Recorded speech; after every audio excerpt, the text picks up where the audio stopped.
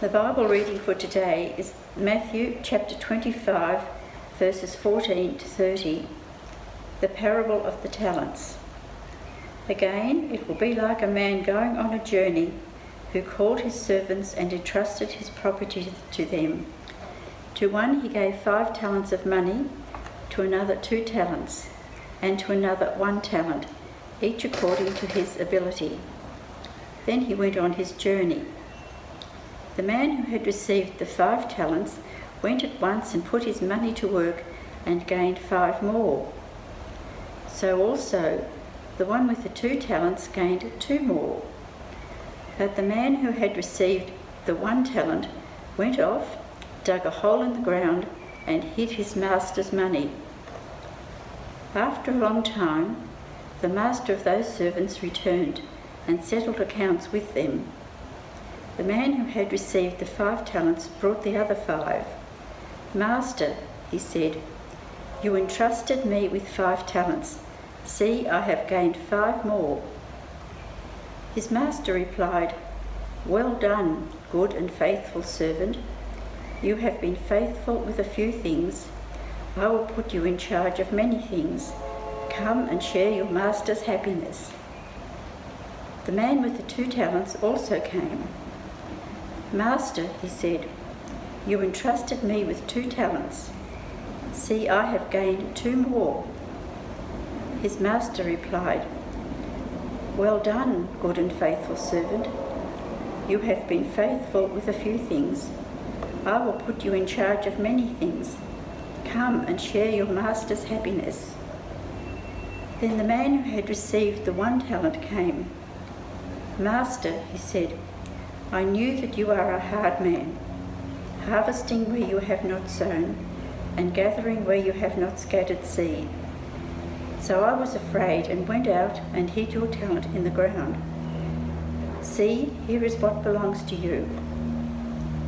His master replied, "You wicked, lazy servant. So you knew that I harvest where I have not sown, and gather where I have not scattered seed? Well then, you should have put my money on deposit with the bankers, so that when I returned, I would have received it back with interest. Take the talent from him and give it to the one who has the 10 talents. For everyone who has will be given more, and he will have an abundance. Whoever does not have even what he has will be taken from him. And throw that worthless servant outside into the darkness, where there will be weeping and gnashing of teeth." This is the word of the Lord. Thanks be to God.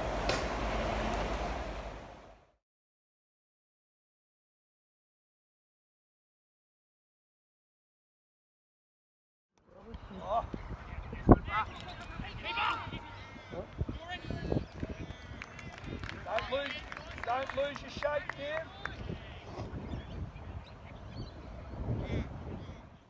Well, hasn't it been great to see so many 0 days of the coronavirus, restrictions being lifted?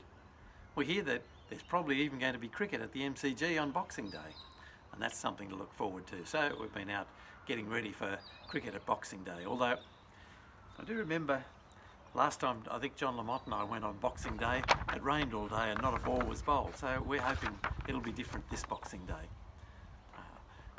I can remember, I'm sure the members at the MCG will be much better behaved or more restrained than what I remember at the old Sydney Cricket Ground.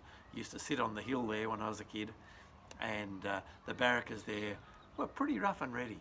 And if someone was batting slowly, especially if they were English, there'd be lots of cries of, "Have a go, you mug, have a go." What they were really saying was, "Get on with it, get on with it."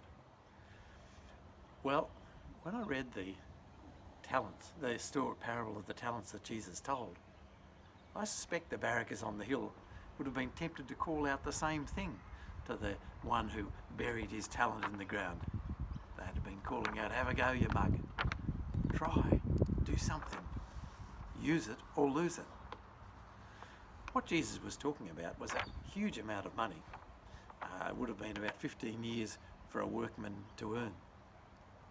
And so it was a huge trust for the owner to give to those people. some 5 talents, some 3.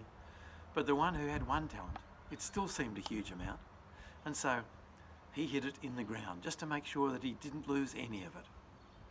Well, as you know, he was in trouble for that. He said, you could have just even put it in the bank and earned a little bit of interest, but I wanted you to use your talents. And he was in trouble for that. Clearly, Jesus was talking about the way God entrusts us with life, with love, with an amazing world, and asks us to be good stewards of them. Don't just bury them in the ground. We have a choice. We can make the best use of whatever God gives to us. Some will be a lot of talents, many gifts. Some of us not too many. But the key thing is, do we try and protect it, bury it deep so that we do nothing for anyone? Or do we try and use what God has given to us? There's the phrase that comes out that we hear so often today, use it or lose it.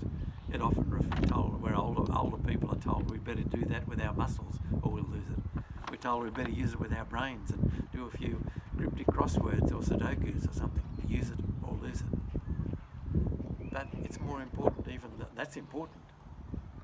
But what Jesus is telling us is God lends you as stewards, gives you the opportunity to use whatever he's given you for others. It's the same with churches. We see churches sitting on beautiful buildings, making sure that those properties are not put at risk by using them for anybody, certainly not for mission. And the congregation dwindles away. We see other churches that allow their churches to be used, spent to serve others. And aren't they the churches that grow? It's just the parable of the talents again. Jesus saying, use what God has given you. Use it so that it can grow. When you look around, do you see those who are having a go, using their talents, whether large or small? What about us? You and me? Are we trying to use whatever God has given to us, whether much or little, to be a blessing for others?